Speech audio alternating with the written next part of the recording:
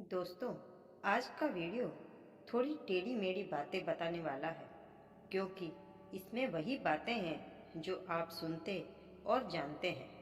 ना, वीडियो कतई मत छोड़ना, क्योंकि आगे मज़ेदार बातें बताई गई हैं। हो सकता है कुछ कुछ आपके जीवन में भी होती होगी। क्यों नहीं, हम कोई देवदूत या फरिश्ते तो है नहीं। आजकल की कड़वी सच्चाई बन गई है परिवार से अलग रहना और रिश्तों से दूरी बनाना। फिर हम कहते हैं कि पता नहीं, आजकल किसी के साथ ज़्यादा बनती नहीं है। सास बहू, देवरानी जेठानी या जीजा साला, या फिर चाहे भाई भाई ही क्यों न हो। शायद इसीलिए सब कुछ होकर भी इंसान अपने आप को अकेला ही महसूस करता है। पर क्या कभी किसी ने सोचा है कि ये सब क्यों होता है? इस बात को भी नहीं नकारा जा सकता कि कुछ घरों में रिश्तों को सबसे पहले देखा जाता है और फायदा या नुकसान बाद में। और ऐसे ही परिवारों को देखकर हम कहते हैं, काश ऐसा परिवार मुझे मिला होता।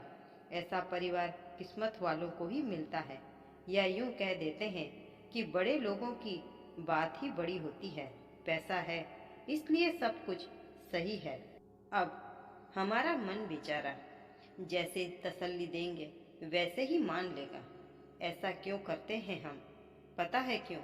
क्योंकि हम बस अपने आप को तसल्ली भर इसलिए दे देते हैं क्योंकि हम ये सोचना ही नहीं चाहते कि आखिर उनके घर परिवार में इतना अच्छा है तो हमारे घर परिवार में क्यों नहीं। क्यों हम ऐसा परिवार नहीं बना पाते? अब कुछ बुद्धिमान लोग बड़ी अच्छी बातें या यूं कहे कारण बता देते हैं। सब पैसों का खेल है जी। पैसा है इसलिए सब खुश रहते हैं। बस सब दिखावे के लिए साथ रहते हैं। बेटियां और बहुएं अपने मन मर्जी से रहती हैं।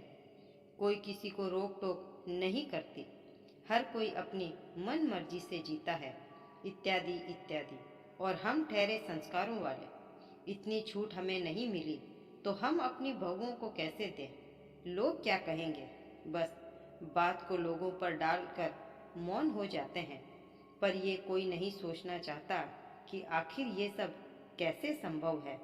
पर आप तो शायद ये जरूर जानना चाहेंगे कि ऐसी सुख शांति और रिश्तेदारी में समझदारी का क्या कारण हो सकता है।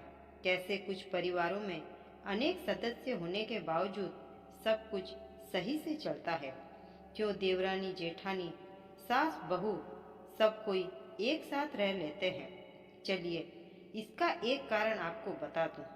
इसका कारण होता है आपसी तालमेल। जी हाँ, आपसी तालमेल ही है जो परिवार में सबको सबसे जोड़े रखता है। तालमेल का मतलब है कि सिर्फ किसी एक की जिम्मेदारी या स्वभाव नहीं होना चाहिए, बल्कि हर सदस्य का धर्म होना चाहिए। प्रत्येक सदस्य यही सोचे कि ये घर और परिवार मेरा भी है और मैं इसका एक हिस्सा हूँ, तो मेरा भी फर्ज है। अगर सही तालमेल और रिश्तों की समझ हो तो हर परिवार आज सुखी बन जाए। एक दूसरे को ना समझ और कारण बताना सही नहीं होता। यहाँ हर किसी को अपनी जिम्मेदारी समझनी होगी। चलिए आज इस वीडियो का सबसे ज़रूरी हिस्सा जो खास है, हमारी कहानी या किस्सा होता है, वो सुन लेते हैं। दोस्तों, आप सबके प्यार और सपोर्ट के लिए दिल से धन्यवाद। मेरे सारे वीडियोस आप जैसे दर्शकों को समर्पित है। रोहित के साथ जिया की शादी को अभी कुछ ही साल हुए थे। सास ससुर जेठ जेठानी और ननंद, इनका भरा पूरा परिवार सुख से चलता था। जिया अभी थोड़ा थोड़ा एडजस्ट कर ही रही थी। इधर उसके ससुराल वाले भी उसको हर काम और जिम्मेदारी सीखने का पूरा मौका देते थे। जिया की सास अक्सर अपनी बहुओं का हाथ बटा दिया करती थी। कोई किसी पर धौंस नहीं जमाता था। जिया भी इतना अच्छा माहौल पाकर बेहद खुश थी। एक दिन की बात है, जिया की कुछ सहेलियां उससे मिलने आई थी। सहेलियों के आने पर जिया उनके गले मिलकर घर के अंदर ले आई। सहेलियां भी जिया से मिलकर बेहद खुश हो गई थी। घर में आते ही सबको उसका घर देखकर बहुत अच्छा लगा।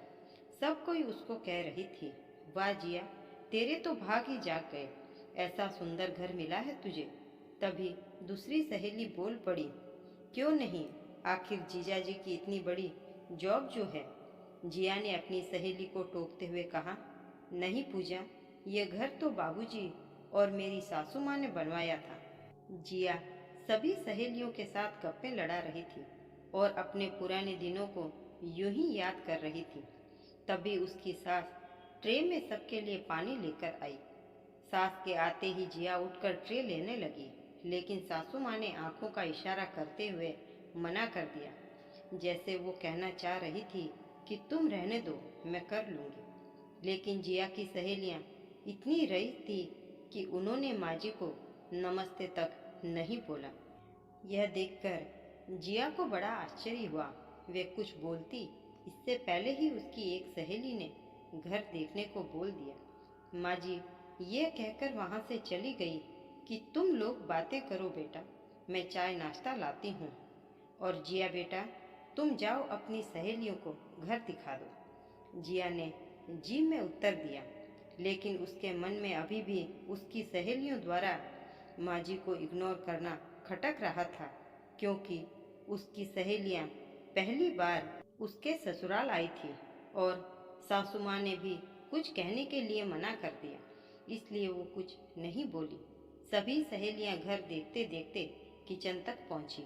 वहाँ माँ जी को गाना गुनगुनाते हुए नाश्ता बना के देख पूजा ने कहा, वाह जिया, तुझे तो अच्छे घर के साथ साथ बढ़िया नौकरानी भी मिली है। जब से हम यहाँ आई है तब से ये बिना तेरे कुछ कहे हमारी आव भगत में लगी है। नहीं तो नौकरानियों में इतना सहूर कहाँ, 10 बार बोलो तो एक काम करती है। जिया भले ही पहली बार शांत हो गई थी, लेकिन अब जब उसने देखा कि उसकी सहेलियां हद से ज़्यादा बोल रही हैं और उसकी सास का अपमान कर रही हैं, तो वे अपने आप को रोक नहीं पाई। गुस्से से पूजा की तरफ देखते हुए कहा, तुम लोगों को शर्म नहीं आती है ऐसे मेरी सासू माँ का अपमान करते हुए? क्या समझ रखा है तुम लोगों ने अपने आप को? और तो और इनको नौकरानी भी बोल दिया। तभी एक सहेली बोली, सॉरी यार, हमें पता नहीं था। माँ जी ने जिया को बीच में टोकते हुए कहा, कोई बात नहीं बेटा, हो जाती है गलतफहमी, तू परेशान मत हो, जाओ सब लोग बैठो। जिया ने कहा, नहीं माँ जी, अब आप जाकर बैठिए इनके साथ, मैं चाय नाश्ता लेकर आती हूँ। सभी सहेलियों ने बड़ी शर्मिंदगी और ग्लानि के साथ नाश्ता किया। जिया अभी भी उदास और गुस्सा थी। उसकी सहेलियां ये बात जान रही थी। जिया का उतरा हुआ चेहरा देखकर माँ जी ने कहा, तू अपना जी छोटा मत कर जिया, जो हो गया उसे जाने दे। जिया ट्रे लेकर किचन में चली गई। तभी उसकी एक सहेली उसके पीछे पीछे गई और जिया से कहने लगी, अरे यार, हम क्या करें, कोई भी होता तो ये सब देखकर धोखा खा ही जाता। तू ही बता, क्या कोई सास ऐसी भी हो सकती है? उन्हें देखकर ऐसा बिल्कुल भी नहीं लगा कि वो तुम्हारी सास है। पर एक बात बता जिया, ये सब कैसे पॉसिबल है? तेरी शादी को भी 4 से 5 साल होने को आए हैं, फिर इतना प्यार और समर्पण कैसे? जिया ने मुस्कुरा कर कहा, तालमेल, मेरे ससुराल में सब ऐसे ही एक दूसरे का ध्यान रखते हैं, चाहे मैं हो या कोई और। जब भी घर पर कोई मेहमान या किसी का दोस्त या रिश्तेदार आता है तो हम ऐसे ही एक दूसरे की आव भगत कर लेते हैं। इस घर में हर सदस्य इम्पोर्टेंट है और हमें भी इसमें कोई दो राय नहीं होती। और ये आपसी तालमेल ही हमारे घर की सुख शांति का कारण है। ये आज से नहीं, मेरी सासू माँ के समय से ही चलता आ रहा है। माँ जी, हम बहुओं और अपनी बेटी में कोई भेदभाव नहीं करती। माँ जी ने शुरू से ही घर में ऐसा तालमेल बिठा रखा है कि चाहे कोई बड़ा फंक्शन हो या छोटा, काम कभी बोझ ही नहीं लगता। कोई भी घर में अपने को छोटा महसूस नहीं करता। माँ जी तो हमसे भी पहले जग जाती है, पर हमें कभी कोई शिकायत नहीं करती। तुझे पता है, अगर काम ज़्यादा हो तो तुम्हारे जीजा जी और बाबूजी भी खूब मदद कर देते हैं। इससे सबको अपने लिए टाइम भी मिल जाता है और किसी पर ज़्यादा काम का प्रेशर भी नहीं रहता। काम का काम हो जाता है और एंजॉयमेंट का एंजॉयमेंट। आपसी तालमेल न सिर्फ एक दूसरे को सपोर्ट करने में मदद करता है, बल्कि एक दूसरे के प्रति प्यार और रिस्पेक्ट को भी बढ़ाता है। इतना कहते कहते जिया भावुक हो गई और रूंधे हुए गले से बोली, या सच में शायद मेरी शादी करते वक्त मेरे मम्मी पापा ने भी इतने अच्छे परिवार की उम्मीद नहीं की होगी। अब तू ही बता, क्या ऐसे अच्छे लोग और सच्चे लोगों का अपमान होते हुए कोई कैसे देख सकता है। माँ जी तो हम सबको एक साथ बांधे रखने वाला धागा है। वो मुझे मेरी माँ से कम नहीं लगती। ये सारी बातें जिया की किचन में आती हुई माँ जी के कानों में पड़ी।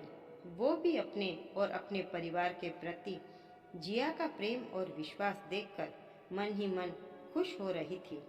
जिया की सहेली भी ये सारी बातें सुनकर बेहद अचंभित थी कि आज जहाँ परिवार में हर कोई एक दूसरे की खींचतान करने में लगा हुआ है, वहीं जिया के घर में कैसे एक छोटे से तालमेल से हर कोई इतना खुश है। दोनों सहेलियों की अभी बातें चल ही रही थी कि बाकी सभी ने उन दोनों को आवाज़ लगाई और चलने के लिए कहा। जिया ने भी सबको विदा करते समय कहा, तुम सब लोग यहाँ आई मुझे बहुत अच्छा लगा, पर प्लीज़ आगे से कुछ भी बोलने से पहले थोड़ा ध्यान ज़रूर रखना। दोस्तों, वीडियो अगर अच्छी लगी हो तो लाइक, शेयर और सब्सक्राइब ज़रूर करें और कमेंट करके ये भी बताएं कि आपके घर में तालमेल है या नहीं।